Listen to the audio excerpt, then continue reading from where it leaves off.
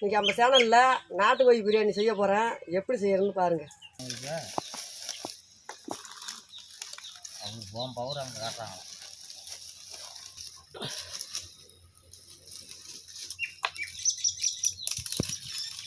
கோழி சுடுதண்ணி போட அடுப்பத்தை வச்சுருக்கேன்.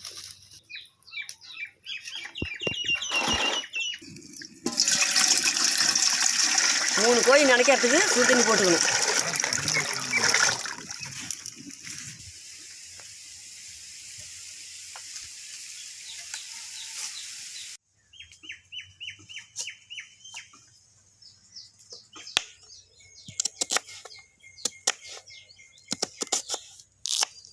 பிரியாணிக்கு இதே நீட்டாக வெங்காயம் அரிஞ்சு வச்சுக்கணும்.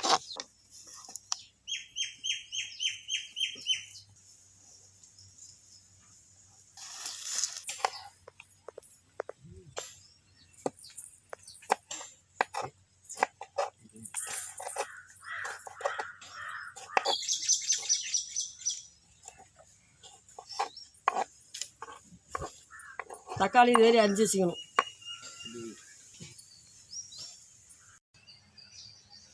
தண்ணி சுட்டு போச்சு. உங்களுக்கு கோழி நினைக்கணும். இல்லை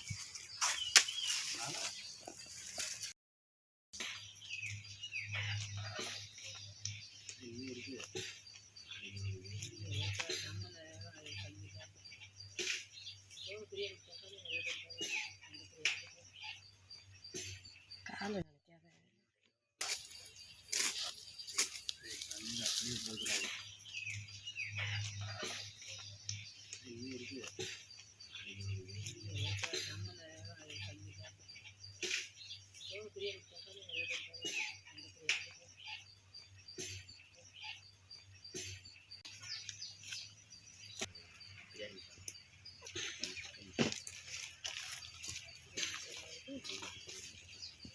மட்டும் இல்லை,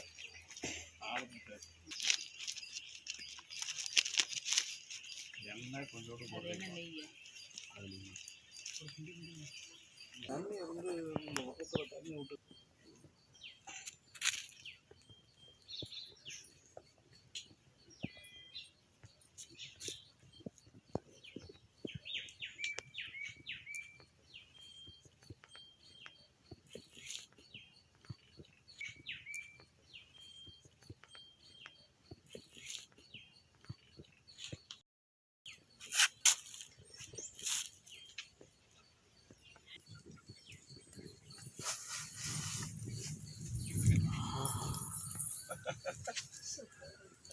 வேறு அடலை காட்டினாக்க இந்த முடி இருக்கிறது ஒன்று ஒன்று பொசிக்கு போகும்.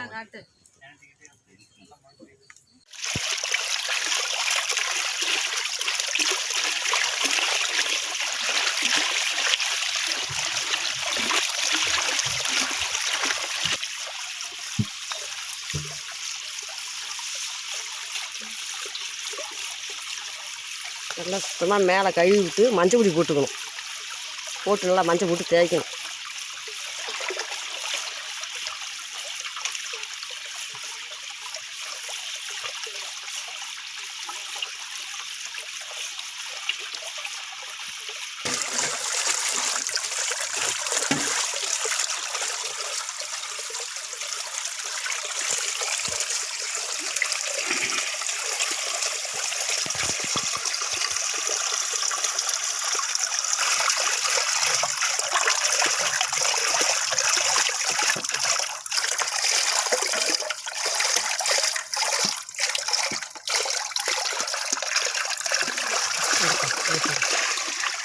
சுத்தமாக கை வச்சு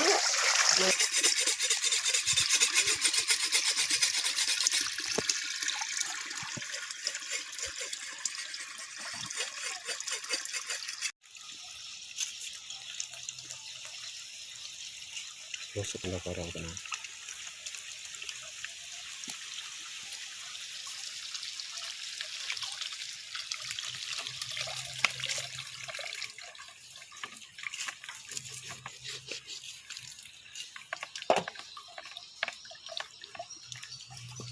கூட இருக்கட்டும்.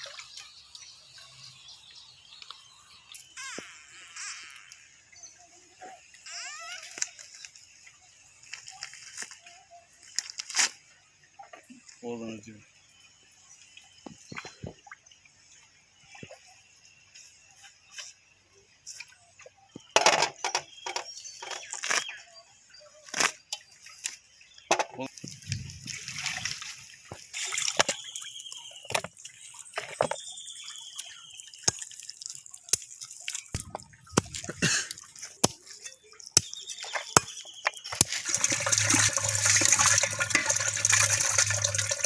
நல்லா அரிஞ்சு இதை நல்லா அலசி வச்சுக்கணும்.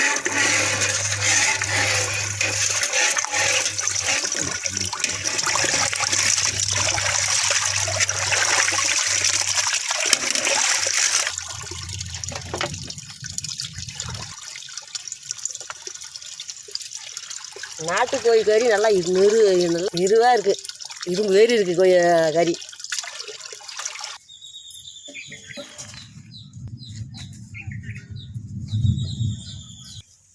ஏனம் நல்லா காஞ்சி வச்சு எண்ணெய் ஊற்றிக்கலாம்.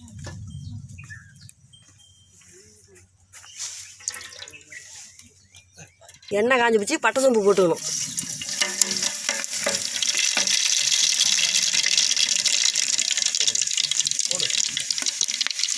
கருவேப்பிலை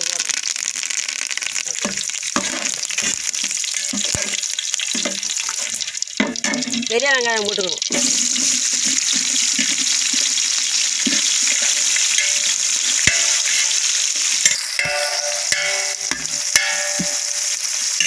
சின்ன வெங்காயம்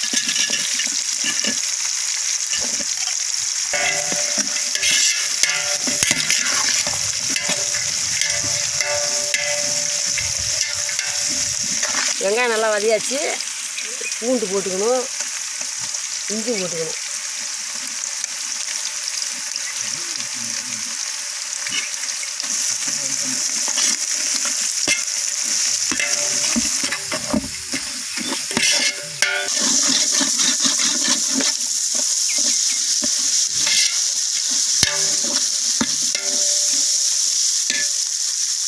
தக்காளி போட்டுக்கிறேன்.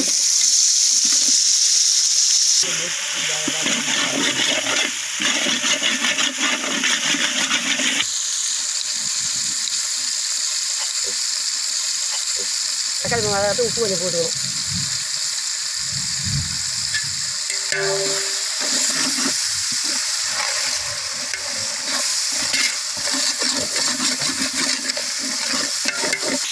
தக்காளி வெங்காயம்லாம் நல்லா வதக்கியாச்சு.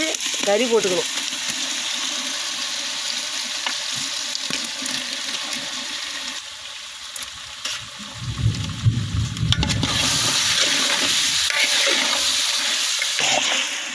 மஞ்சள் எடுப்பா.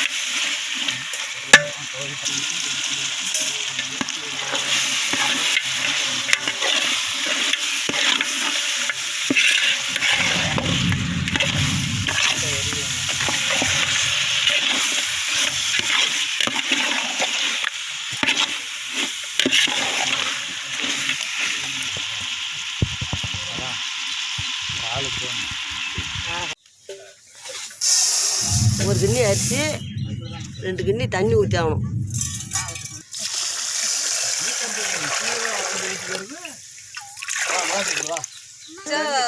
சோறு சட்டா சாப்பிட்டா கொண்ட இதாக இருக்கும்.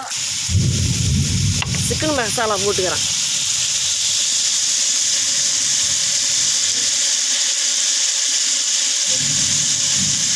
பிரியாணி மசாலா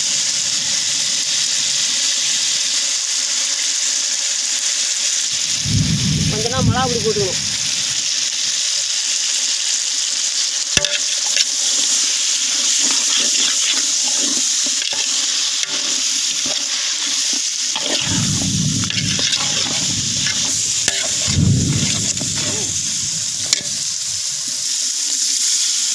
கறி நல்லா வதக்கி வச்சு தண்ணி ஊற்றிக்கணும். தண்ணி ஒரு கிண்ணி அரிசி.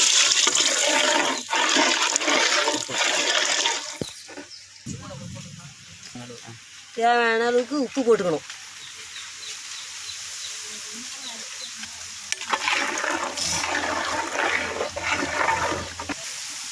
தயிர் ஊற்றிக்கணும்.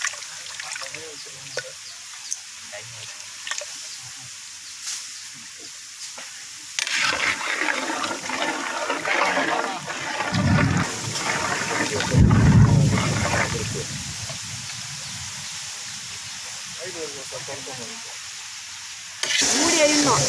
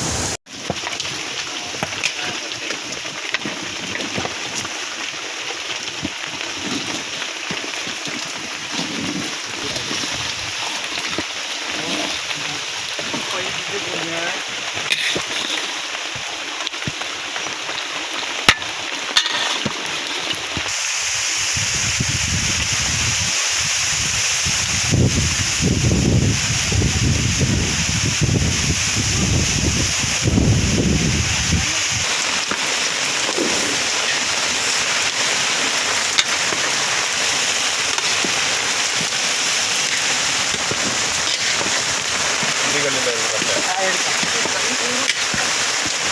முந்திரி பருப்பு போடுறான்.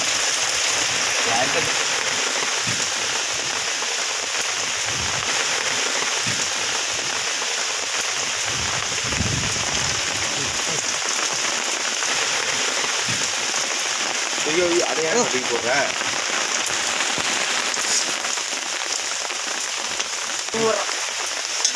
சோறு இடையாச்சு தமிழ் போட்டு மூடுறான்.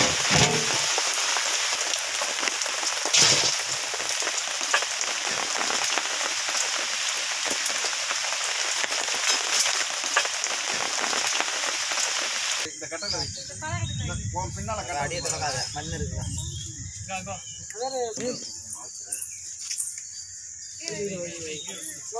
இந்த கட்டளை பின்னால கட்ட அடியே தொடங்காத மண் இருக்குல்ல.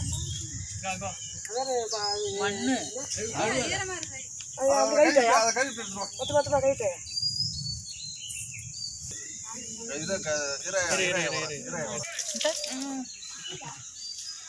பிழிஞ்சு விட்டு போடுவியா? அடே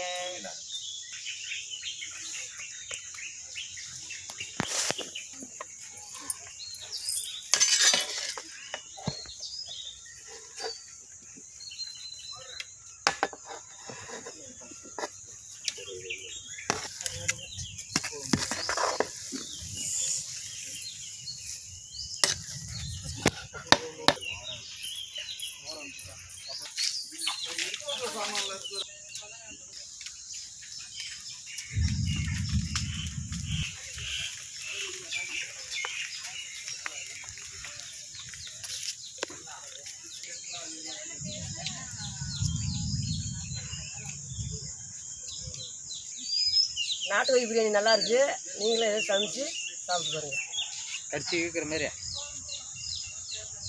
அப்படியே